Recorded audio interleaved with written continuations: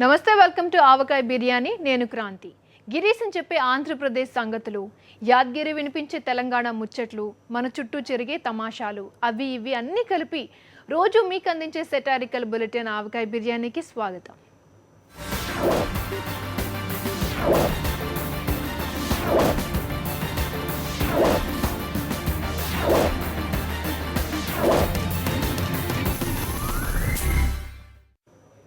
ఇన్నాళ్ళు ఆయన హెలికాప్టర్లో తిరిగితే అది తప్పన్నారు. నేలపైకి వచ్చి మురికివాడలో తిరిగితే అందులో కూడా తప్పులు ఎదుగుతున్నారు.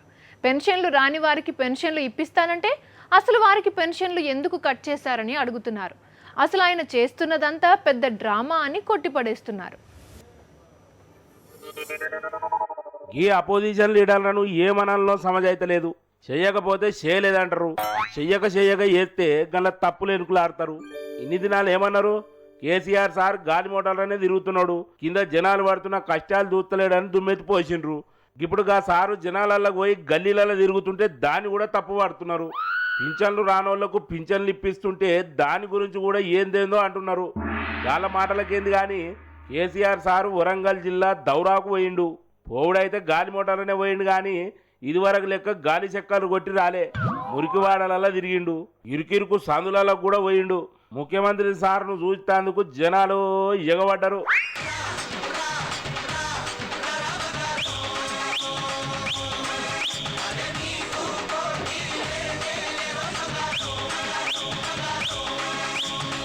గల్లీలలో తిరిగి గాడుండే బీదోలతో మాట్లాడిండు. కూలిపోయేటట్లున్న ఇళ్లను తీసేసి పక్క ఇల్లు కట్టిస్తాని గాళ్ళకు హామీ ఇచ్చిండు. మాకు పింఛన్లు ఇయ్యలేదు సార్ అని కొంతమంది ముసలోళ్ళు వితాంతువులు దండం పెట్టిర్రు. ఎంబడే ఎవరికైతే పింఛన్లు రాలేదో వాళ్ళందరికి పింఛన్లు ఇవ్వాలని ఆఫీసర్లకు ఆర్డర్ చేసిండు. మీకు పింఛన్లు ఇప్పించినాకనే నేను ఈడికెళ్ళి పోతా అని జనాలకు చెప్పిండు సారు. ఎవరైతే పేదవాళ్ళు పెన్షన్ అరువులు ఎవరైతే ఉన్నారో, భర్తలు చనిపోయినటువంటి ముసలివాళ్ళు కావచ్చు, లేదు వికలాంగులు కావచ్చు, పెన్షన్ మనం నెలకు 1000 రూపాయలు ఇచ్చుకుంటున్నాం. వాళ్ళంత కడుపు నుండి అన్నం తినాలి, మంచిగా ఉండాలి, మనుగోలు కొనుక్కునే పరిస్థితి ఉండాలని మనం 200 దాన్ని 1000 రూపాయలు చేస్తున్నాం. తెలంగాణ కొత్తగా వచ్చిన రాష్ట్రంలో ఒక 25 లక్షల మందికి ఇచ్చిండ్రు, ఇంకా కొంతమంది రానోళ్ళకు కూడా చివరి మనిషి కూడా అందేదాకా మనం అందరం కలిసి పట్టుబట్టాలి. ఎందుకంటే ఆఫీసర్లు కొన్ని సందర్భాల్లో అందకపోయి దాన్ని ఆగమై గడబడి చేసుకోవద్దు. ఇక నేను వచ్చింది తెలుసుకుందామని పేదల బస్తీలకు పోదామని వచ్చిన నేను కావాలని చెప్పి ఎల్లుండి కూడా ఈయనే వరంగల్నే ఉంటుంది. యాడికి పోను, నేను హైదరాబాద్ పోను. ఎల్లుండి లోపు మీకు మొత్తం పెన్షన్లు అందజేసి అవసరమైతే నేనే వచ్చి నా చేతనే బస్తీలో ఇచ్చిపోతాను కూడా మనం చేస్తాం. ఇదంతా డ్రామా అంటున్నారు కాంగ్రెస్ నాయకులు. తెలంగాణలో టీఆర్ఎస్ గవర్నమెంట్ రాగానే చాలా మందికి పింఛన్లు కట్ చేసిర్రు అని మేము ఇన్ని దినాలు చెప్తే సర్కార్ మా మాట వినిపించుకోలే. ఇప్పుడు సడన్ గా మబ్బులకెళ్ళి కిందికి దిగి జనాల కాడికి పోయి గల్లీలు తిరుక్కుంటా నాటకాలు ఆడుతున్నాడు కేసీఆర్ అని అంటున్నాడు పొన్నాల సారు. ఏదో ఎన్నికలు ఉన్నాయి పాపం మీద పడి కూర్చుంటున్నాడు, కిందకొచ్చి జనంతో కూర్చుంటున్నాడు.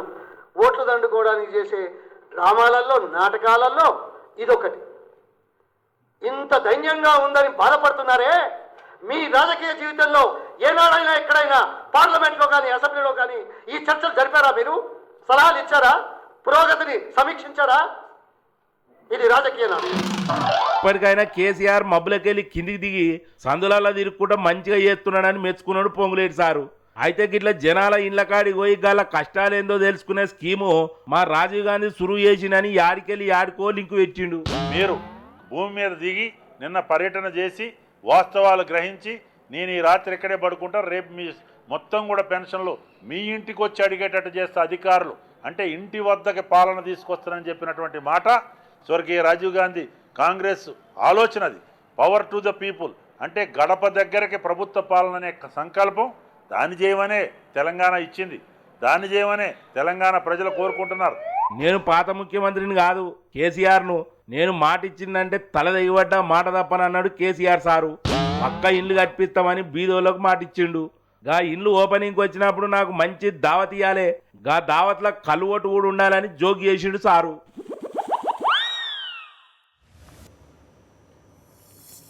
ఆంధ్రప్రదేశ్లో చంద్రబాబు నాయుడు ముఖ్యమంత్రి అయ్యాక ప్రజలకు చాలా కానుకలు ఇచ్చాడు అని అంటున్నారు కాంగ్రెస్ నాయకుడు రఘువీరారెడ్డి. ఇప్పుడు సంక్రాంతి పండగకి ప్రకటించిన చంద్రన్న కానుక కూడా అలాంటిదే అని చమత్కరించారు. ఊరికే చెప్పడంతో సరిపెట్టలేదు, చంద్రన్న ప్రజలకు అందించిన కానుకల లిస్ట్ మొత్తం చదివి వినిపించారు.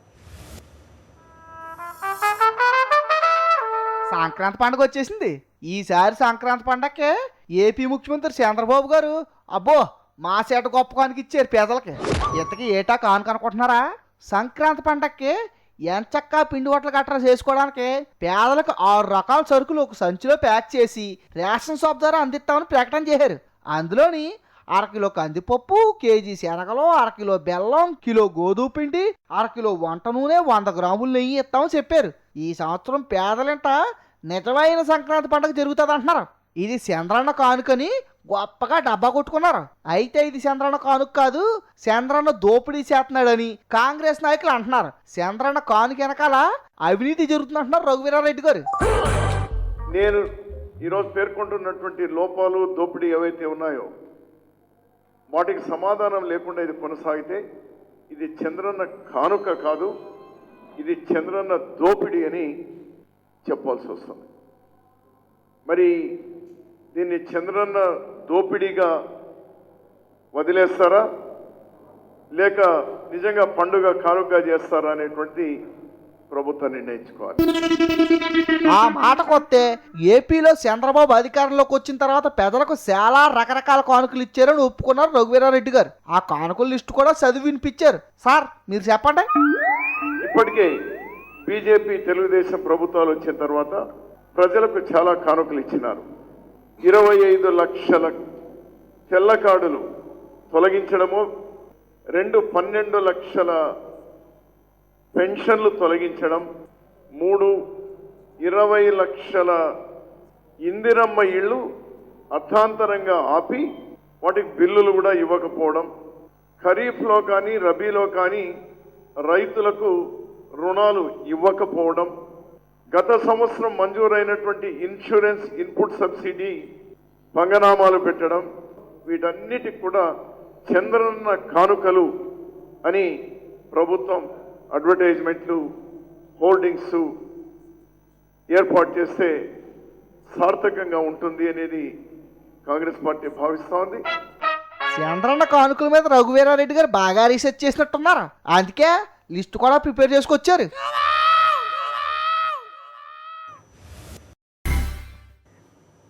Welcome back.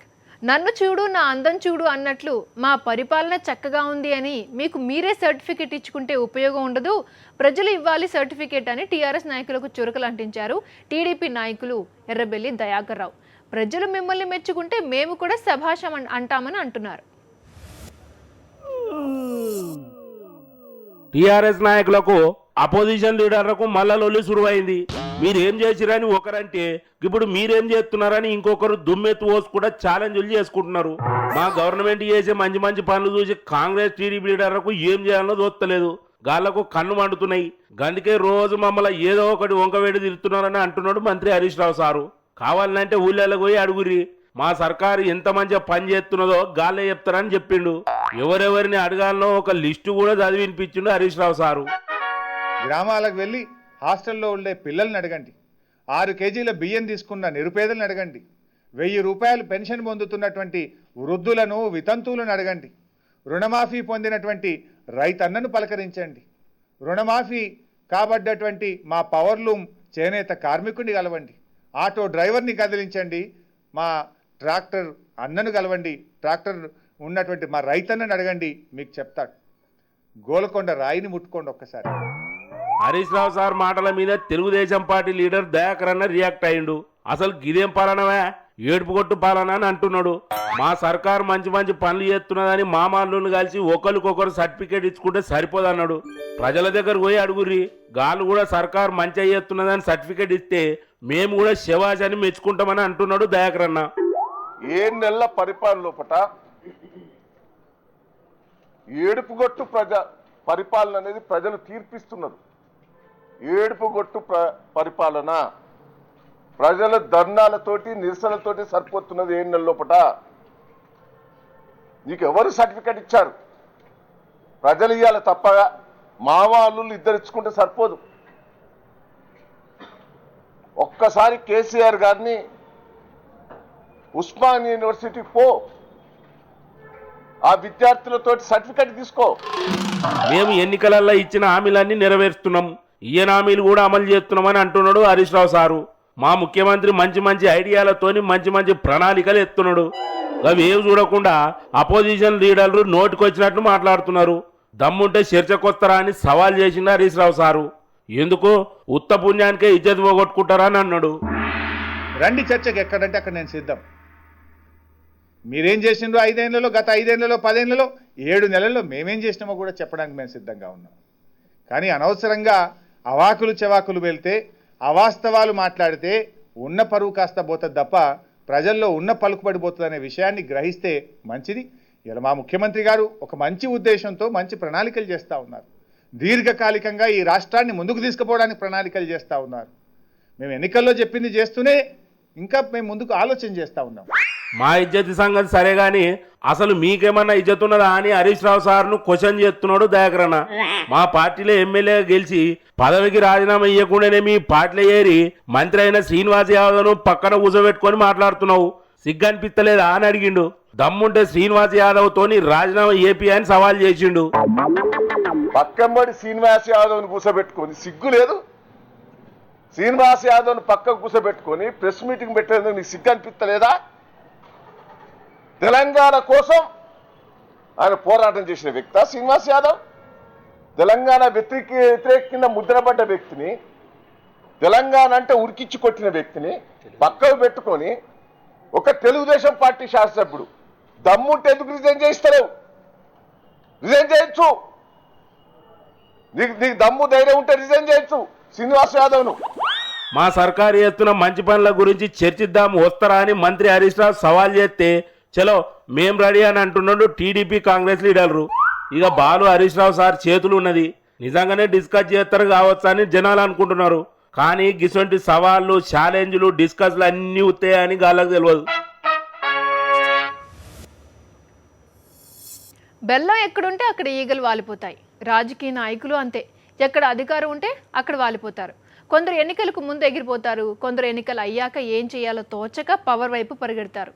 కాంగ్రెస్ పార్టీ నాయకుడు రుద్రరాజు పద్మరాజు కూడా అలాగే చంద్రబాబు వైపు ఎగిరిపోయారు. తోచినమ్మ తోటికోళ్ళ పుట్టింటికి పోయిందట. అలాగుంది తెలంగాణ కాంగ్రెస్ నాయకుడు షబ్బీర్ అలీ గారు అవ్వడం. తెలంగాణ విషయాల గురించి మాట్లాడకుండా ఏపీ ముఖ్యమంత్రి చంద్రబాబు నాయుడు మీద సెటైర్లు వేస్తున్నాడు. అంతేకాదు ఏపీ తెలుగుదేశం పార్టీ నాయకులకు పేదలకోనే షబ్బీర్ అలీ గారు కొన్ని సలహాలు, సూచనలు కూడా ఇచ్చారు. వాస్తు బాగోలేదని నీ ఇంటిని రిపేర్ చేసుకుంటున్నావో మరి ఏపీని ఎలా రిపేర్ చేస్తావంటూ లా పాయింట్ లాగేశాడు. ఆయన ఎప్పుడు ముఖ్యమంత్రి అవుతాడో ఆయనకు మంచిదట. మరి నేను అడుగుతున్నా, నీ వాస్తు బాగలేదని ఇల్లు మంచి చేసుకుంటున్నావు, మరి నీ రాష్ట్రంకి ఏం చేద్దాం? కాబట్టి ఆంధ్రప్రదేశ్ ప్రజలకు, పాత ఏపీ ప్రజలకు నేను మనవి చేస్తున్నాను, తెలుగుదేశం నాయకులకు, ప్రజలకు మనవి చేస్తున్నాను, ఇలా మా ఎమ్మెల్యేలకు, ఈయన వాస్తు మార్చుకున్నారు, మీరు కూడా ముఖ్యమంత్రిని మార్చుకోండి, కొత్త ముఖ్యమంత్రిని తెచ్చుకోండి. లేదంటే ఇట్లనే హుదూ తుఫాన్లతో తిరగా రోజేక ఇబ్బందులు మీకు ఉంటాయి. అప్పుడున్నాడు 9 సంవత్సరాలు కరువు, ఇప్పుడు వచ్చినప్పటి నుంచి సిరీస్ ఆఫ్ ది ట్రాజెడీస్ జరుగుతూనే ఉన్నాయి. రోజుకు ఏదో ఒక ట్రాజెడీ జరుగుతుంది. అందు గురించి రాష్ట్రం బాగుండాలంటే మీ నాయకుడికి మార్చుకొని ఇంకో వ్యక్తిని ముఖ్యమంత్రి చేసుకోండి, హాయిగా ఉంటారు. ఉన్నట్టుండి షబీర్ అలీ సాబ్ గాలి గటు దిక్కు మళ్ళీ నేంద్రబాయ్. షబ్బీర్ అలీ గారి సంగతేమో గాని చాలా మంది నాయకులది మాత్రం గాలి తీస్తే అటు వెళ్తారంటరా. అందాక ఎందుకు చెప్పిన సూక్తులన్నీ మర్చిపోయి తక్కువ కొత్త రాగం అందుకుంటారు. ఈ మధ్యలో కొత్త సాంప్రదాయం కింద మారిపోయింది. మరి బెల్లం ఎక్కడుంటే ఈగలు అక్కడ ఆల్తాయి. అది సరే గాని ఇప్పుడు ఎవరు కొట్టుకపోయారు? కాంగ్రెస్ పార్టీ సీనియర్ నాయకుడు రుద్రరాజు పద్మరాజు గారు తెలుసు కదా. ఏపీలో కాంగ్రెస్ తుడిచిపెట్టుకుపోయింది. సిద్ధాంతాలు చింతకాయలను కూకుంటే అడ్రస్ లేకుండా పోతామని అర్థం చేసుకున్నాడు. అందుకే టీడీపీలోకి జంప్ అయిపోయాడు. ఈ దేశాన్ని పరిపాలించినటువంటి కాంగ్రెస్ పార్టీ దిశానిర్దేశకం లేనటువంటి పరిస్థితులలో ఈ రోజుకి కూడా ఎక్కడికి వెళుతున్నాం? ఒక చుక్కాని లేని నవల ఎంతకాలం పయనిస్తామని చెప్పి మరి ఈరోజు ప్రజానీకం అంతా కూడా మా దగ్గరికి వచ్చి చెబుతున్నటువంటి తీరులో మరి ఇటువంటి నిర్ణయం తీసుకోవాల్సి వచ్చింది అని చెప్పి ఈ సందర్భంగా తెలియజేస్తూ, రాబోయేటువంటి రోజుల్లో చంద్రబాబు నాయుడు గారి యొక్క ఆలోచన సరళి కానీ, పరిపాలనా దక్షత కానీ మరి ప్రజలందరూ కూడా వారికి పట్టం కట్టి ఈరోజు నూతన రాష్ట్రానికి రథసారథిగా ముందుకు తీసుకువెళ్ళినటువంటి ఆయనకు ఖచ్చితంగా మా పూర్తి సహకారం ఇస్తామని చెప్పి ఈ సందర్భంగా తెలియజేస్తూ రాజకీయ నాయకులు గంతే, ఏ ఎండకుగా గొడుగు పడతారు, దీపం ఉండగానే ఇల్లు చక్కగా పెట్టుకోవాలి మరి. సరే కానీ నీకు ఈ సంగతి తెలుసా రబై? తెలంగాణలో 2019లో బీజేపీ గవర్నమెంట్ వస్తుందట. మంచిగా పనిచేస్తే మనదే విజయమని గా పార్టీ అధ్యక్షుడు అమిత్ షా బీజేపీ నాయకులకు చెప్పిండట. టీఆర్ఎస్కు బలమే లేదన్నాడట. అసలు తెలంగాణలో మేముండగా మీరెట్లా గెలుస్తారు భయ అని అడుగుతున్నాడు కాంగ్రెస్ లీడర్ హనుమంత్ అన్న. తెలంగాణలో ఏ మొగ్గం పెట్టుకొని తిరుగుతారు బాబు మీరు? ఏ విధంగా మీకు ప్రజలు ఓట్లేస్తారు నాయన? ఏ విధంగానన్నా ఇచ్చిన వాగ్దానాలు నిలుపుకోకుండా ఈనాడు మతం పేరు మీద ఈ దేశాన్ని విడగొట్టడానికి, దేశంలో అల్లకల్లోలం సృష్టించడానికి అమిత్ షా చేస్తున్నటువంటి, నరేంద్ర మోడీ చేస్తున్నటువంటి హై డ్రామా. తెలంగాణ కాదు, ఏపీ మీద కూడా కన్నేసిండు అమిత్ షా. అక్కడ కూడా బీజేపీని పవర్ఫుల్గా తయారు చేస్తాడట. ఏపీలో బీజేపీకి టీడీపీతో పొత్తుండు కదా, బీజేపీ బలపడితే మరి టీడీపీకి ఇబ్బందే కదరా. అందుకే టీడీపీకి ఇబ్బంది లేకుండా బీజేపీని బలపడేటట్లు చేస్తాడట. మరి గట్టెట్లా చేస్తాడో ఏందో గాయనకే తెలవాలి. అయినా ఏపీలో బీజేపీ బలపడతా అంటే చంద్రబాబు సార్ చూసుకుంటూ కూర్చుంటాడు అయ్యింది. గా అమిత్ షాకు చంద్రబాబు సార్ గురించి తెలియదు. చెబితే వినడు, కొడితే ఏడుస్తాడు అన్నట్లుగా కొంతమంది మంచి మాటలను అంత త్వరగా చెవికెక్కించుకోరు. బైక్ నడిపేటప్పుడు హెల్మెట్ పెట్టుకోండి అని చెప్తే ఎందుకో కానీ చాలామంది విసుక్కుంటారు. అందుకే పోలీసులు రంగంలోకి దిగారు. ఇక నుంచి సైబరాబాద్ పరిధిలో హెల్మెట్ పెట్టుకోవాల్సిందే అని గట్టిగా ప్రచారం చేస్తున్నారు. ఇక ఇప్పటి సంది సైబరాబాద్ ఏరియాలో బైకుల మీదకి రోడ్ల మీదకి రావాలంటే నెత్తి మీద హెల్మెట్ ఉండాల్సిందే, లేకపోతే పోలీసులు దొరకబట్టి ఫైన్ వేస్తారు. ఇదివరకు కూడా మోటార్ సైకిల్ మీద పోయేటోళ్ళు కంపల్సరీ నెత్తికి హెల్మెట్ పెట్టుకోవాలని గవర్నమెంట్ ఒక రూల్ చేసింది. అప్పుడు చాలా మంది హెల్మెట్లు కొన్నారు. పోలీసులు కొన్ని రోజులు స్ట్రిక్ట్గానే చెక్ చేసిండ్రు. ఇక ఆ తర్వాత హెల్మెట్ల గురించి పోలీసులు కూడా చూసి చూడనట్లు పోయిండ్రు. ఇక పోలీసులు చూస్తలేరు కదా అని జనాలు కూడా హెల్మెట్లు పెట్టుకున్నట్టు బంద్ చేసిండ్రు. బైకుల మీద పోయే పోరాగాలను నెత్తికి హెల్మెట్ పెట్టుకోర్రా భయ్ అంటే వాళ్ళ సొమ్మేదో పోయినట్లు నిలుగుతారు. ఎందుకో ఏందో అర్థం కాదు. కొంతమంది అయితే ఎవ్వరు చెప్పకుండానే నెత్తికి హెల్మెట్ పెట్టుకొని పోతారు. ఇంకొంతమంది హెల్మెట్లు కొంటారు కానీ వాటిని నెత్తికి పెట్టుకోకుండా బండి వెనక తోకలేక తలిగిస్తారు. అరే గవర్నమెంట్ చెప్పేది మన మంచికే కదా. రోడ్ల మీద టక్కర్లు అయినప్పుడు నెత్తికి దెబ్బ తగిలి మస్తు మంది వస్తున్నారట. అదే నెత్తికి హెల్మెట్ ఉంటే కొంతమంది అయినా బతుకుతారు కదా అని పోలీసులు చెప్తున్నారు. మరి వాళ్ళు చెప్పేది కూడా కరెక్టే కదా. మంచి మాటకు చెప్తే కొందరు వినరు. అందుకే ఇక ఇప్పటి సంది చాలా స్ట్రిక్ట్గా చెక్ చేస్తామంటున్నారు పోలీసు వాళ్ళు. ముందుగాల వారం దినాలు రోడ్డు భద్రతా వారోత్సవాలు చేస్తారట. ఊరవతల ఉన్న కాలేజీలకు పోయి అక్కడ చదివే పౌరులకు హెల్మెట్ల మీద స్పెషల్ క్లాసులు తీసుకుంటారట. హెల్మెట్ లేకుండా పోయేటోళ్ళని ఆపి హెల్మెట్ ఉంటే ఏమవుతుంది లేకపోతే ఏమవుతుంది అని సంజాయిస్తారట. వారం దినాల తర్వాత హెల్మెట్ లేకుండా ఎవరన్నా మోటార్ సైకిల్ నడిపితే 200 రూపాయలు ఫైన్ వేస్తామని అంటున్నారు పోలీసు వాళ్ళు. హెల్మెట్ల ఉద్దేశం ఏంటంటే మనం ఈ ఇయర్ ఎండింగ్ దాకా చూస్తే మెయిన్ రోడ్ యాక్సిడెంట్లలో జరిగింది హెడ్ ఇంజరీతోనే చనిపోవడము, హెడ్ ఇంజరీతో సీరియస్ ఇంజరీస్ కావడం జరిగింది.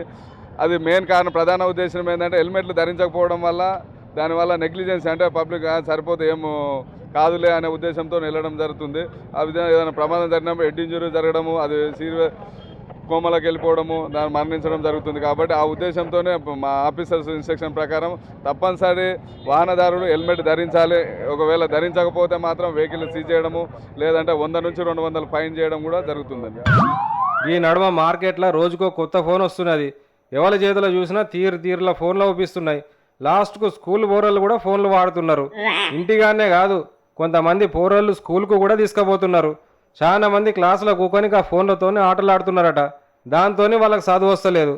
అందుకే తెలంగాణ గవర్నమెంట్ ఒక కొత్త రూల్ తీసుకొచ్చింది. ఇప్పటి సంది పోరళ్ళు స్కూళ్ళకు ఫోన్లు తీసుకురావద్దు అని ఆర్డర్ చేసింది. ఎవరన్నా ఫోన్లు తీసుకొస్తే వాటిని హెడ్ మాస్టర్ తాను దాచిపెట్టి క్లాసులో పోవాలంట. పోరళ్ళే కాదు, కొంతమంది పంతులమ్మలు కూడా క్లాసులో కూర్చొని ఫోన్లలో ముచ్చట్లు పెడుతున్నారట. ఇక గసంటోళ్ళు కూడా వాళ్ళ ఫోన్లను హెడ్ మాస్టర్ దగ్గర పెట్టి క్లాసులకు పోవాలి.